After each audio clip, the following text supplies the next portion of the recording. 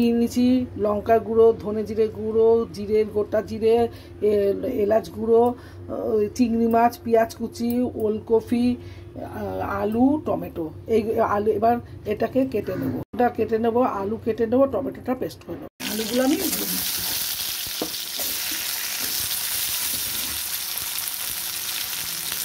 একটু নুন দিয়ে দিলাম,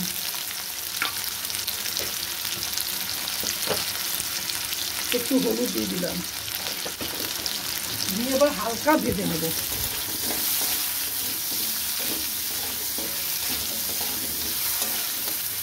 যে আলুগুলো আমার হালকা ভাজা হয়ে গেছে, এবার এগুলোকে তুলে নেব।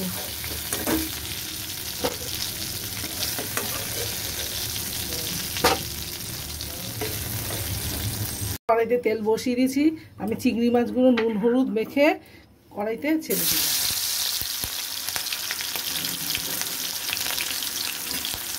এগুলো এবার ভেজে নেব, হালকা করে ভাজবো, বেশি কড়া করে ভাজবো না। চিংড়ি মাছগুলো হালকা ভাজা হয়ে গেছে, আমি এবার তুলে নেব।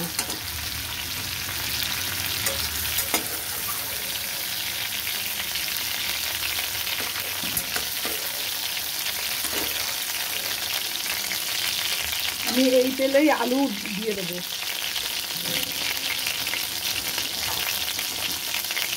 আরেকটু তেল দিয়ে দিচ্ছি।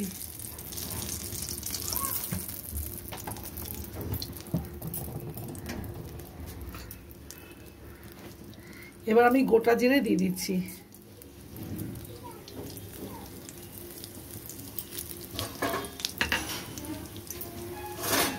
আমি দুটো তেজপাতা দিয়ে দিলাম।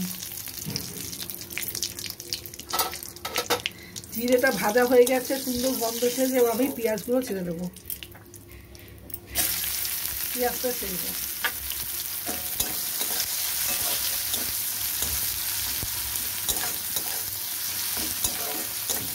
পেঁয়াজটা হালকা ভাজা হবে। আমার লঙ্কার গুঁড়ো আর ধনে জিরে গুঁড়োটা দিয়ে দিলাম।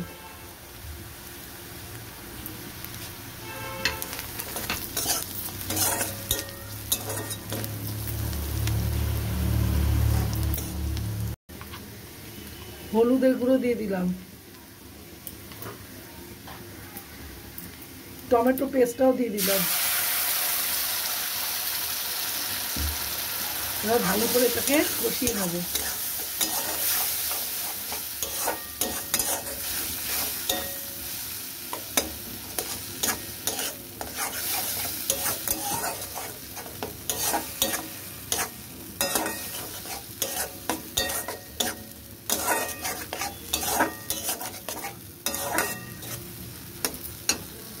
টমেটো ধোয়া জলটা দিয়ে দিলাম।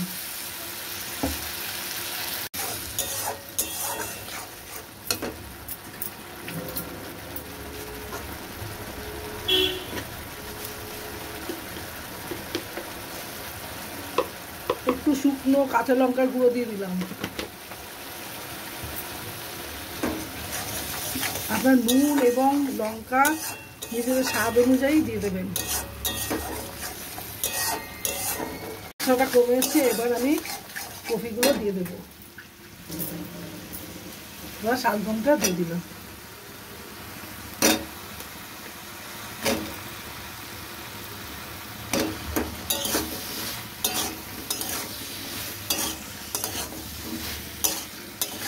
ভালো করে কষিয়ে নেব। তরকারিটা একটু মজে এসছে, আমি এবার এর মধ্যে আলু দিয়ে দেবো। আলুগুলো দিয়ে দিচ্ছি।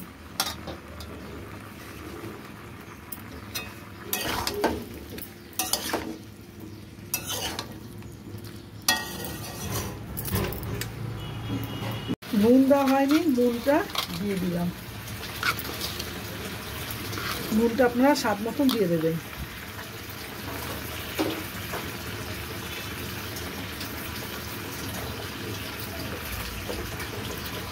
নুনটাকে এবার ভালো করে মিশিয়ে নেব।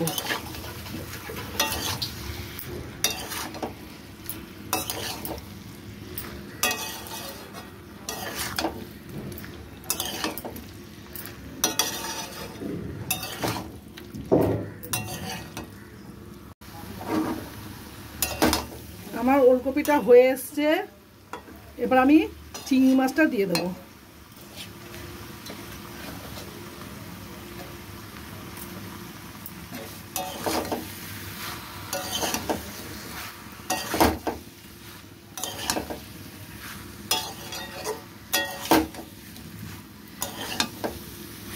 কষানোটাও হয়ে গেছে, এবার আমি জল দিয়ে দেবো।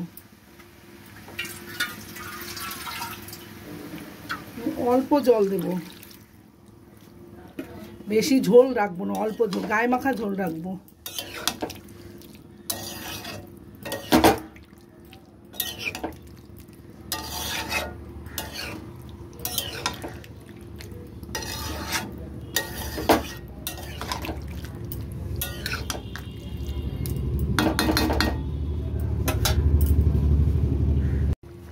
এইটা আমার হয়েছে, এবার আমি এটার মধ্যে ধনেপাতা দিয়ে দেবো।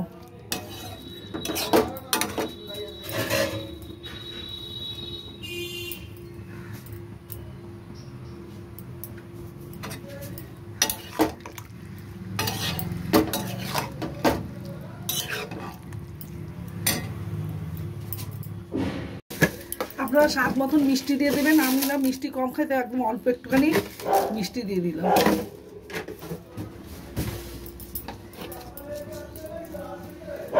গরম মশলা দিয়ে দিলাম, দিয়ে এবার এটাকে নেড়ে চেড়ে এবার নামিয়ে ফেলবো।